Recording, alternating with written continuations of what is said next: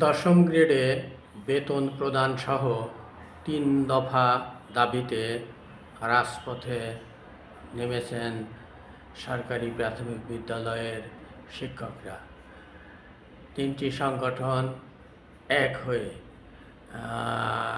একই ব্যানারে আজ সকাল ৯টা থেকে কেন্দ্রীয় শহীদ মিনারে তারা সমবেত হন এবং সেখানে তারা অবস্থান কর্মসূচি পালন করছেন।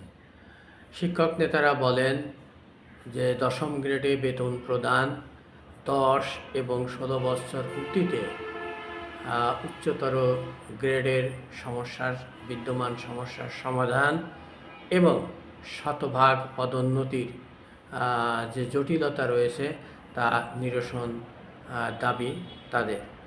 তাছাড়া শিক্ষক নেতারা বলেন যে আমরা বহুবার সরকারের সাথে আলাপ আলোচনা করেছি, কিন্তু কোনো ফল পাইনি।